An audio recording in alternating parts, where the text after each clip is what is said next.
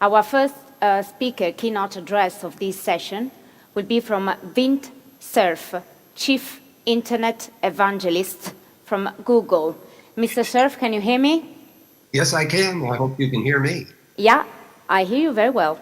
My first question to you, as a father of the internet, as people define you, what is your view on the contribution of the internet to well-being and quality of life, and how far we are from granting universal internet access? You have 4 minutes for your reply. Thank you.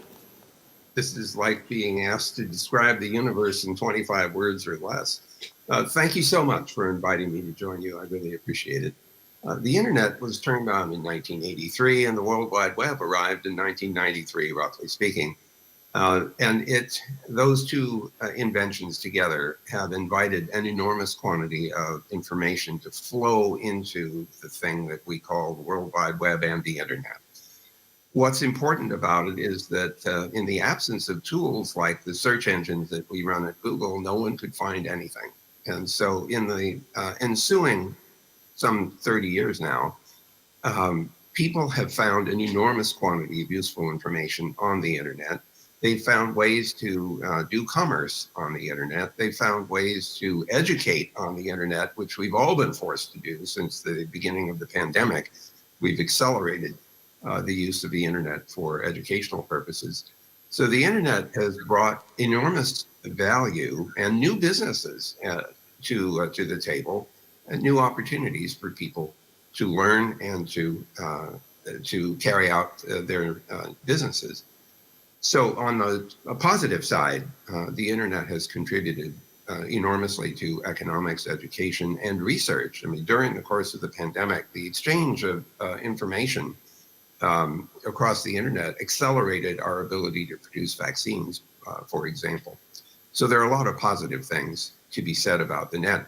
And I have to say, in the previous session on migration, it came to mind that many people who end up in the refugee camps often the first thing they ask for is access to Wi-Fi or access to 4G or 5G so they can communicate and get information.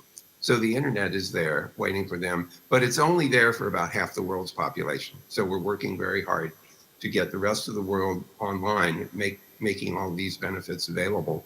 One way that's happening is increasing numbers of undersea cables. But the other thing, which is quite exciting, is the arrival of low Earth orbit satellites that in theory will allow access anywhere in the world to the internet's value. Very interesting. And as you said, the internet has created a lot of opportunities by spreading knowledge, of course, but also increasing interactions between people. But it is also raising many concerns, from privacy to security to fake news to spreading violent language on the web.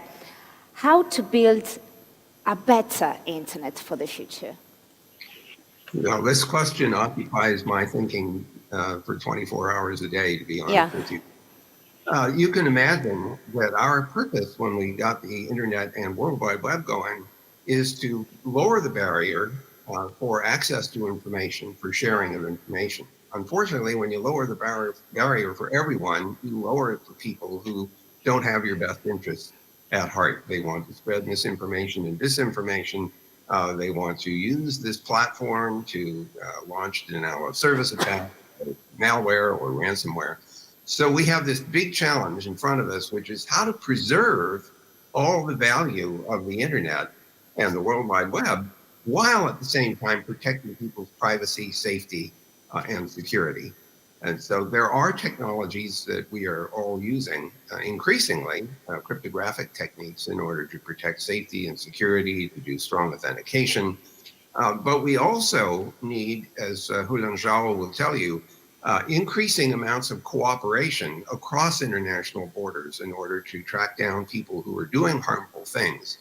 And as you know, the Secretary General, Antonio Guterres, has called for digital cooperation on a broad scale. And I am a big proponent of that cooperative effort.